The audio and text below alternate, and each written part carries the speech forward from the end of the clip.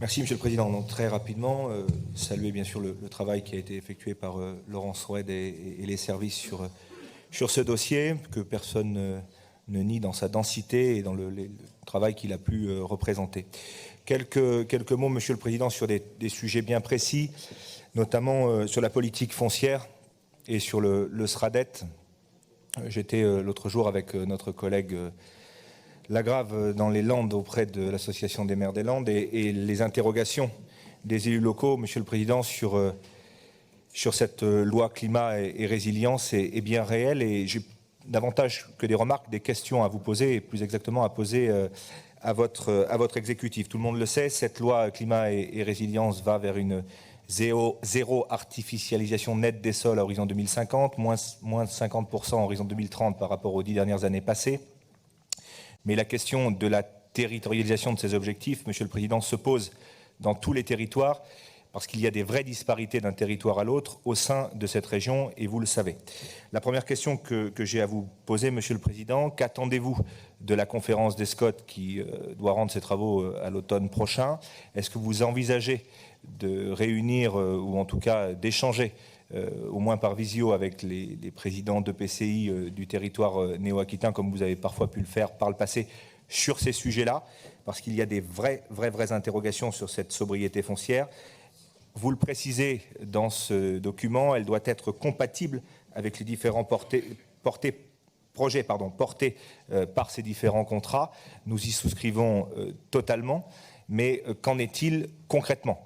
Et envisagez-vous, Monsieur le Président, d'avoir ces échanges avec les exécutifs concernés, et envisagez-vous de porter ce message au plus haut sommet de l'État, puisque c'est encore une fois quelque chose qui se fait de manière ascendante et qui s'impose au territoire. Ça, c'est sur le premier sujet.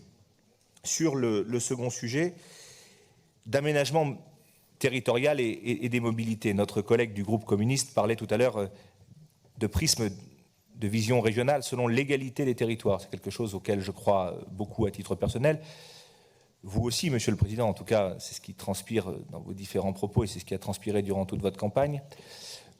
Petite remarque qui sort un tout petit peu du sujet, mais qui est bien réelle et qui se pose aux élus de tous bords, je crois, au sein du nord de cette grande région.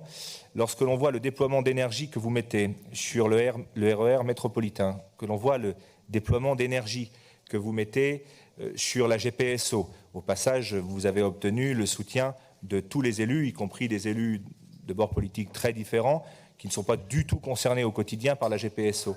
Qu'en est-il, Monsieur le Président, de votre proactivité à répondre aux besoins ferroviaires, des lignes d'utilité du quotidien, Limoges-Ussel, Brive-Tulle-Ussel, Limoges-Angoulême? Qu'en est-il, Monsieur le Président, de vos éventuelles évolutions sur le volet routier? Je ne vais pas vous refaire le laïus de l'autoroute, ça ne serait pas sympathique de ma part et ça serait très long, et de toute façon, je n'obtiendrai aucune réponse.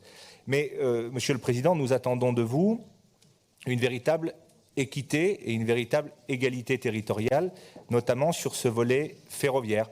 La ligne Limoges-Angoulême est un vrai sujet, vous le savez. Alors, ça fait quelques années maintenant que je siège ici, on m'explique que c'est pour demain, et c'est toujours pour demain. Voilà, donc c'est une vraie question. Vous êtes très actif dans ce dossier de RER métropolitain. Je crois que c'est un dossier important pour notre région, mais il ne doit pas occulter le reste du territoire régional. Et puis, Monsieur le Président, je conclurai sur le volet santé de ce document. Faites référence à la santé animale. Pendant votre campagne électorale, vous avez évoqué la création d'une école vétérinaire qui serait baptisée au nom d'Alain Rousset. Qu'en est-il?